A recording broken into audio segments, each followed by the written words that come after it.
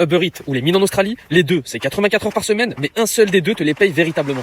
Alors si t'as décidé de venir en Australie, mais tu sais pas vraiment combien tu peux gagner dans les deux, eh ben abonne-toi tout de suite parce que moi je vais te donner la réponse. J'ai fait les deux donc je le sais très bien. Alors une semaine complète en mine, c'est 84 heures par semaine. Et un livreur déterminé, c'est 84 heures par semaine. Et c'est là que le calcul y commence.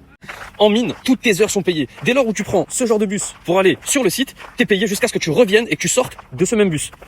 Donc ta première heure de pré-start, elle est payée. Ta première pause qu'on appelle le smoko, elle est payée. La deuxième pause, elle est payée. L'heure de débrief à la fin, elle est payée.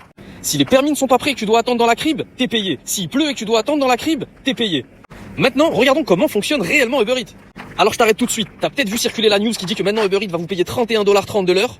Et peut-être que quelqu'un t'en a déjà parlé, mais comme il comprend pas très bien l'anglais, bah il te l'a mal expliqué. J'espère ne rien apprendre à personne si je te dis que sur Uber Eats, t'es payé seulement quand tu te rends au restaurant ou que tu vas livrer la commande. Toutes les minutes d'attente à attendre des commandes, tu n'es pas payé. Les minutes d'attente au restaurant, tu n'es pas payé. Et donc, bien évidemment, ce minimum de 31,30$ de l'heure, il ne compte uniquement tes heures travaillées, pas les heures d'attente. Donc ça revient strictement au même. Donc, quand t'es assis sur ton scooter ou dans ta voiture à attendre, t'es pas payé. Quand t'attends au restaurant, t'es pas payé. Quand t'attends le client qu'il vienne chercher sa commande, t'es pas payé. Et tu te retrouves finalement à être connecté pendant 84 heures pour bosser quoi? 50, 60, 70 heures?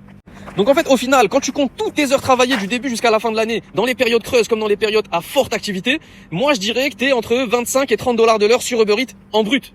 Et contrairement à quelqu'un qui travaille en mine, un livreur doit déduire ses frais de location de véhicule, ses frais d'essence, ses frais d'accommodation et d'alimentation que nous ne devons pas payer quand on travaille en mine. Et les impôts, mais ça c'est un autre débat. Et là finalement, en comparaison, quelqu'un qui travaille en mine dans un métier entry level peut très facilement aller chercher ses 50$ bruts de l'heure. Avec un peu plus d'expérience ou un trade, il peut aller chercher 60, 65, 70$ de l'heure en Labor Hire Agency, donc une agence d'intérim. Et par contre, quand il a un trade, il peut très facilement aller chercher des 80, 85, 90$ de l'heure. Alors, cette vidéo n'est pas du tout une critique, c'est une vidéo à titre informatif pour les gens qui n'ont aucune notion de combien on peut gagner en mine et combien on peut gagner réellement sur Uber Eats. Mais moi qui suis mechanical fitter en FIFO, en mine, à 84,50$ de l'heure, je peux te dire que quand je me suis envoyé une semaine de Uber Eats et que j'ai fait 667$ net pour 84 heures de travail, bah je me demandais s'il m'avait payé uniquement une journée ou s'il m'avait payé toute la semaine. Et si t'as encore les yeux pleins de doutes et que t'hésites entre